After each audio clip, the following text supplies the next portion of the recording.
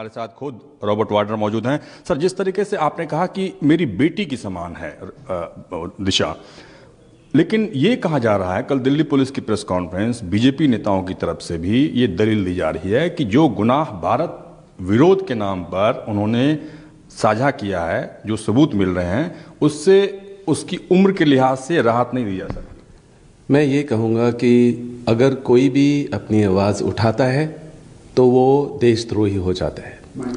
और मुझे हमेशा लगा है कि, और ये मैं नहीं बोल रहा हूँ, ये पूरा देश बोल रहा है, सबको ये लग रहा है कि अगर आप जिस गवर्नमेंट के जो गवर्नमेंट है आज उनके साथ नहीं चलोगे तो आप देशद्रोही हो।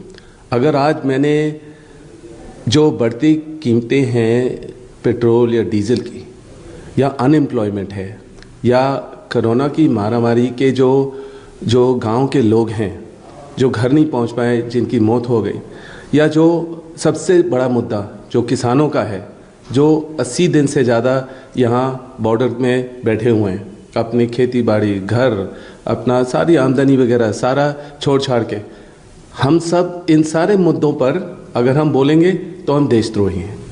आप बोलते हो कि आत्मनिर्भर, तो हर जो आज नया जनरेशन है वो पढ़ा लिखा है, वो मतलब देख रहा है, वो उनके पास सोशल मीडिया का स्ट्रेंथ है, वो जो चाहे वो लिख सकते हैं। अगर आप उसको भेदभाव या मतलब आप उसको मोड़ेंगे कि ऐसे था या वैसे था, आज बहुत लोग नहीं मानते हैं ये, क्योंकि आप हर चीज़ को मतलब जो आपके साथ नहीं चल रहे हैं उसको आप कहते हैं ये गलत हो रहा है, ये गलत तरीका है। वो जो सिस्टम है उस पर बिलीफ कम हो गया है। मैंने ये बोला था कि ये मेरे पास भी एक बेटी है, मैं ये नहीं बोला वो मेरी बेटी समान है। मैंने कहा वो ज़रूर वो 20-21 साल की हैं, निहत्ती थी जब उनको जैसे पुलिस ने अरेस्ट किया। पहले तो ये नहीं पता था कि वो बेंगलोर में हैं या मतलब दिल्ली आ गई हैं। उनके परिवार भी बहुत घबराए हुए थे।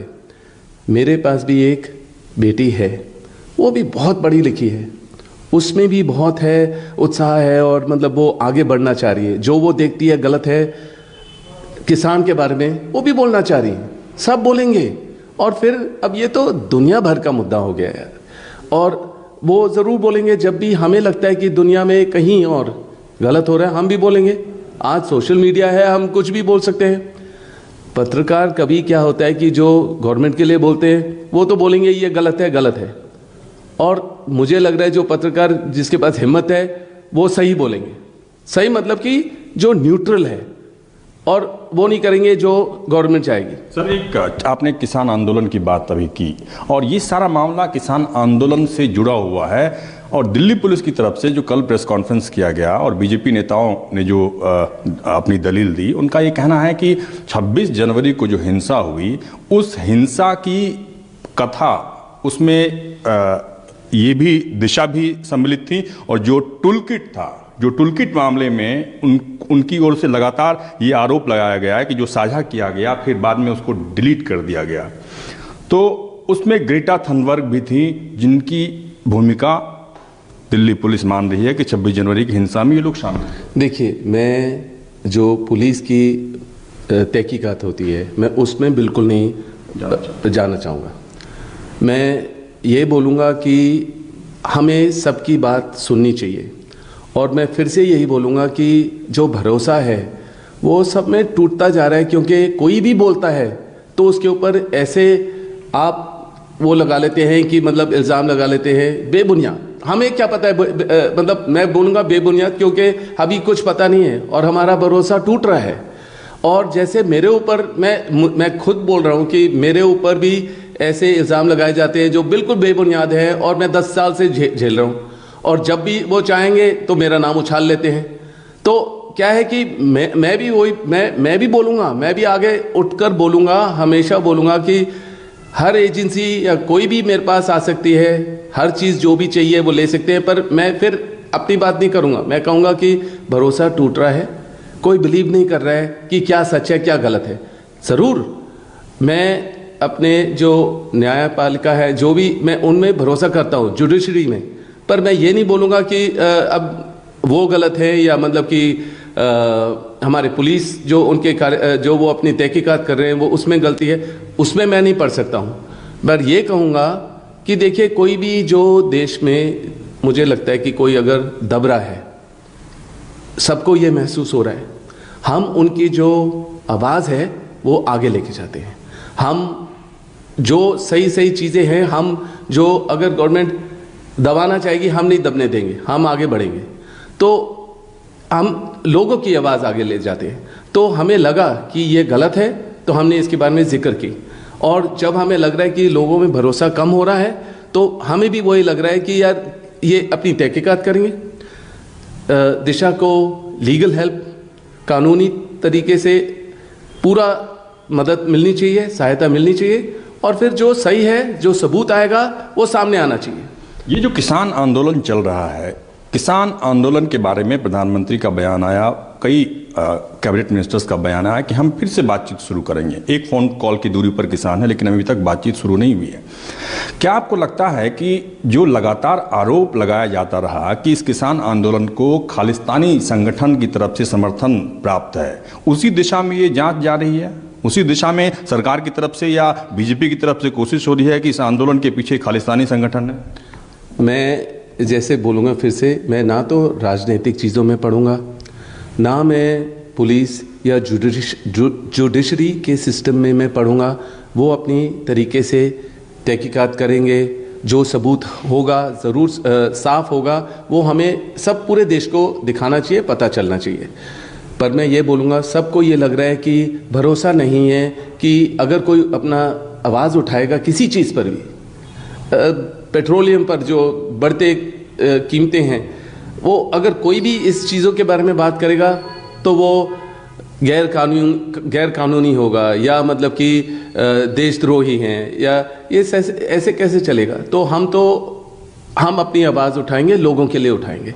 तो अगर किसानों के लिए ज़रूर हम लड़ेंगे, पर अगर वो उसका कोई और महत्व डालेंगे, कोई और मतलब निकालेंगे, वो तो सबूत पर ही पता चलेगा।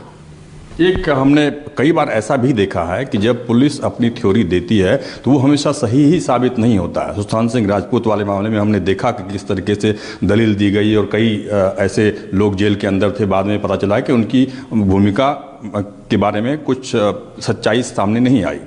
आपको लगता है कि इस मामले में दिशा रवि की बहन ने ट्वीट करके ये कहा है कि उन्हें वकील तक मुहैया नहीं कराया जा रहा है, वकील से बात नहीं करने दी जा रही है, लेकिन उन्होंने कहा कि जिन लोगों ने उन्हें सपोर्ट किया, उनकी बहन को सपोर्ट किया, वो उनका धन्यवाद दे रही है। इसलिए मैं कल से इस मामले में मैं पढ़ा हूँ, राहुल और प्रियंका भी, और सहायता तो हम सबको देते हैं, पूरे देश के लोगों को। हम यहाँ बैठे हैं उन्हीं के लिए और उनकी आवाज़ बुलंद करने के लिए।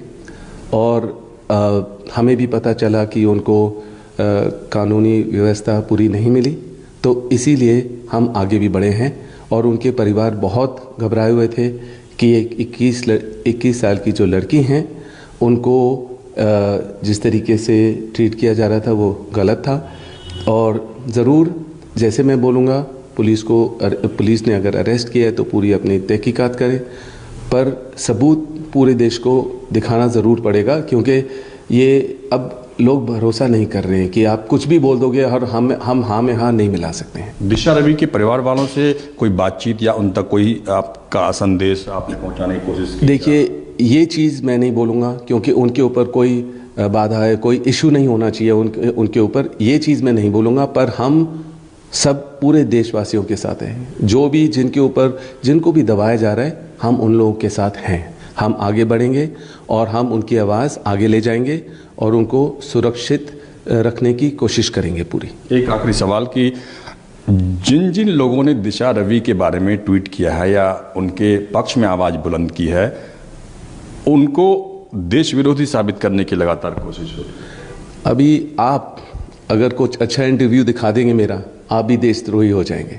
तो मैं यही बोलूँगा कि ये तो बस एक तरीका हो गया है कि अगर हम किसी चीज़ के बारे में भी जो गवर्नमेंट के अगेंस्ट होगी, वो हम देशद्रोही कहलाएंगे।